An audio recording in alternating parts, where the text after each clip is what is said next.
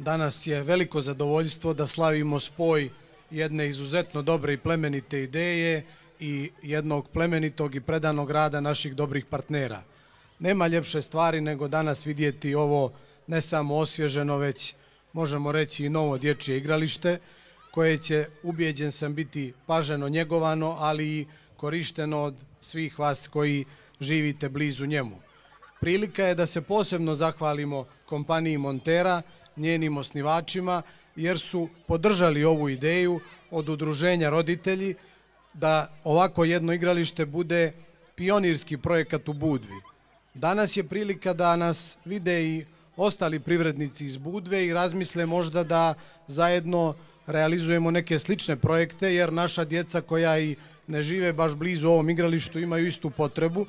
Siguran sam da s našim prijateljima, gospodinom Nilom, gospodinom Igorom, već planiramo još jedno igralište, a i opština Budva sama ili sa drugim partnerima će napraviti neke slične projekte sigurno i u Petrovcu i u Svetom Stefanu.